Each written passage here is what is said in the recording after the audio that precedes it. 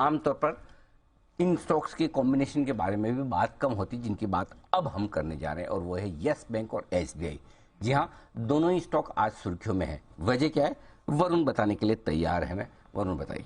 तो अनिल जी, आपने वजह पूछी तो पहले वजह बता देता हूँ। वजह यह है कि खबरें ऐसी आ रही है कि एसबीआई जो है यस बैंक में अपना हिस्सा बेच सकता है।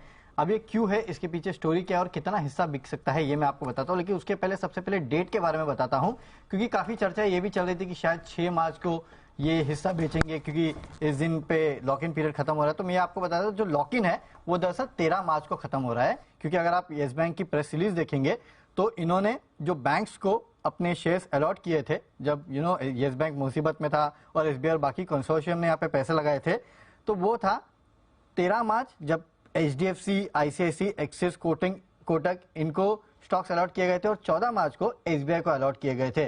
तो उस लिहाज से देखेंगे तो 13 और 14 मार्च ये 2 दिन है जहां पे आपको नजर रखनी है। तो 13 मार्च को ये जो 3 साल का लॉक इन है जो कि आरबीआई ने रखा था, वो खत्म होने वाला है, और इसके बाद माना जा रहा है कि एसबीआई जो है वो यहाँ पे हिस्सा बेच सकता है।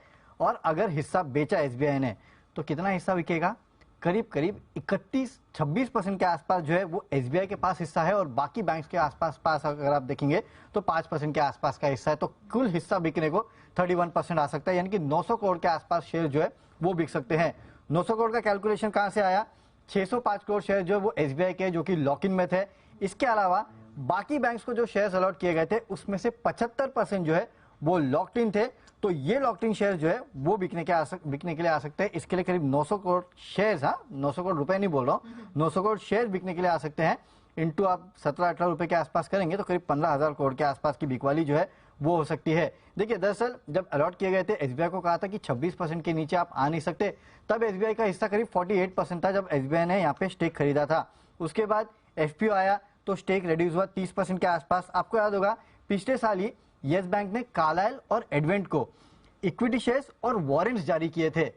उसके बाद हिस्सा कम होकर 26% हो गया। अब 26% के नीचे एसबीआई मार्च तक जा नहीं सकता। अब ये वारंट्स जो है वो भी कन्वर्ट होंगे, याद रखिएगा। और जब वारंट्स कन्वर्ट होंगे तो एसबीआई का हिस्सा जो है वो वैसे ही 26% से गिर के 24% पे आ जाएगा। और इसके बाद माना यह जा रहा है कि एसबीआई अपना अतिरिक्त हिस्सा बेच सकता है। जाहिर सी बात है, किसी को यस बैंक में इंटरेस्ट तो था नहीं, आरबीआई ने कहा बचा लो तो जाके बचा लिया। अब इनका लॉकिंग खत्म हो रहा है तो माना जा रहा है कि जितने बैंक है एसबीआई समेत जिनका भी लॉकिंग पीरियड खत्म हो रहा है वो शायद यस बैंक में आके अपना स्टेक बेच सकते हैं। यानी आने वाले दिनों में एक बड़ी सप्लाई मार्केट में जो है वो यस बैंक में आ सकती है।